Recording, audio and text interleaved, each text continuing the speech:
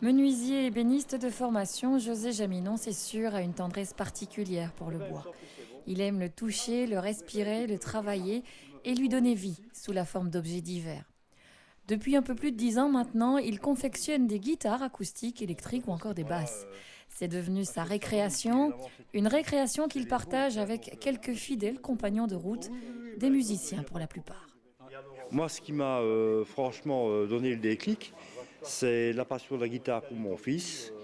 J'ai vu une guitare qui m'affectionnait beaucoup depuis tout jeune, une Gibson, une SG. Et quand j'ai vu cette guitare-là, je me suis dit, mais écoute, ce n'est jamais qu'une planche découpée, un manche, une touche, des frettes. Bon, ben, tu arriveras bien à le faire. Bon, ben, évidemment, en apparence, c'était ça. Mais le résultat n'a pas vraiment été ça directement. En fait, j'ai fait le chemin inverse d'un luthier qu'on appelle luthier à l'heure actuelle. C'est-à-dire qu'un luthier au départ, c'est un régleur de guitare, un metteur au point. Tandis que moi, avec ma formation, je suis fabricant, je vais dire. Et alors, j'ai dû, au fil des années, apprendre à régler les instruments. Donc j'ai fait un petit peu le chemin inverse. Au fil du temps, ces ateliers guitare, dans le sens propre du terme, sont devenus des moments d'échange et de transmission. On s'écoute, on se nourrit de l'autre. Les musiciens amènent leurs connaissances musicales et José met sur la table sa sagesse, son expérience et son savoir-faire. Je voudrais qu'après moi, je puisse laisser quand même ce que j'ai ramé pendant les années, ce que j'ai appris à mes dépens bien souvent.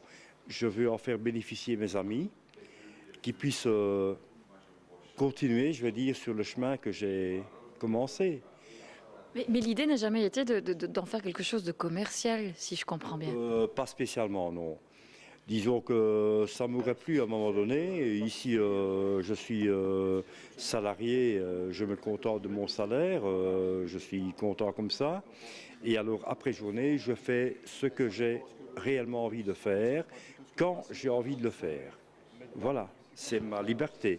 José peut consacrer plus d'une centaine d'heures à la confection d'une seule pièce. Aussi, le prix d'un instrument de cette trempe peut paraître élevé.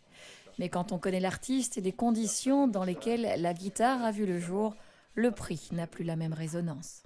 Je suis très fier parce que, en fait, vous ne vous rendez pas compte ce que c'est que quelqu'un qui vous sort un son sur des planches en bois que vous avez assemblées vous-même. C'est merveilleux, quoi. Il leur donne vie quelque part, hein.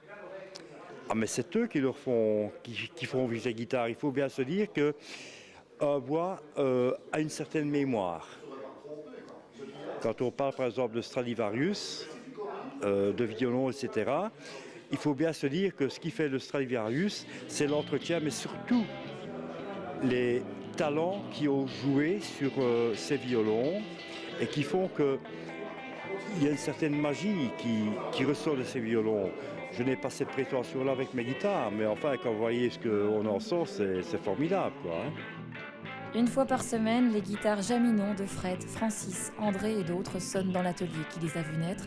Et ce, on l'imagine, pour le plus grand plaisir de leur papa et de son chien Jack, qui visiblement apprécie ces concerts improvisés autour d'un bon godet de pinard et surtout du fameux saucisson de Fred.